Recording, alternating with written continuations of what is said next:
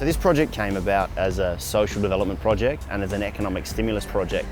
The objective of the project was to upgrade Lonsdale Street to be the new civic heart of Dandenong.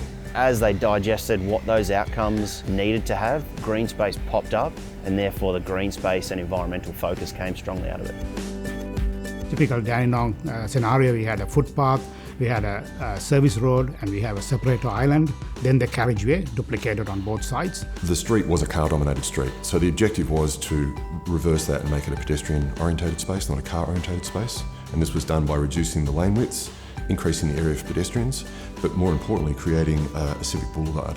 As far as those objectives being met on this project, hugely successful. The designers were involved early, the engineers were involved early, looking at getting green space, getting urban and social stimulus back into this area, and also having water harvesting and environmental benefits.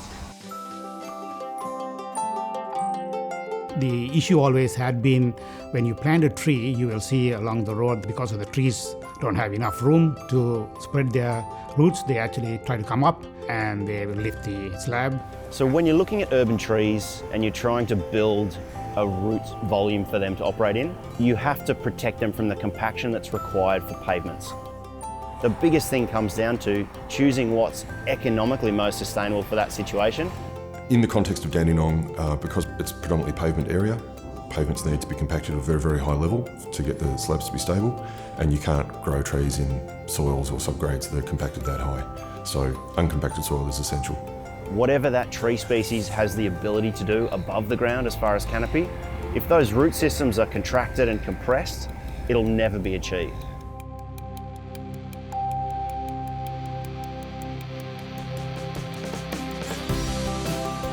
So the system that we've got installed here is a Stratavault system. It's achieving structural support of the pavement, providing a loose soil for these trees to grow in, capturing surface stormwater, directing it into those soil volumes, filtering it, using it as a passive irrigation source, meaning we don't have to import irrigation water. The tree species we specified was Quercus palustris, pin oaks, through using uncompacted soil and good water sensitive urban design by using stormwater runoff. I think they've grown well. Due to the strata cells supplied by Citygreen, the space available for the tree roots has contributed to the growth of the trees.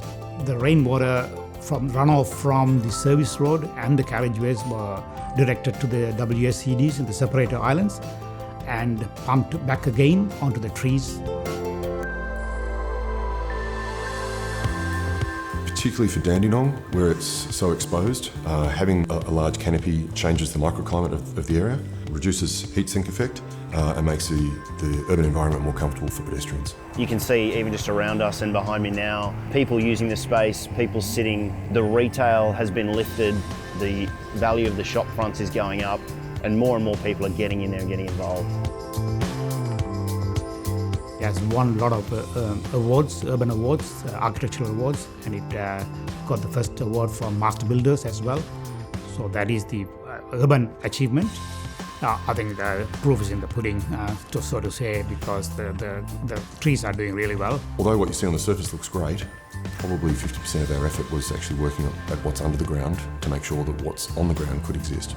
Without having the right volume of soil, without having the right soil inside that volume, these trees wouldn't be here. We wouldn't have the shade, we wouldn't have the economic benefits, and we wouldn't be doing the environmental outcomes that were set up as part of this project.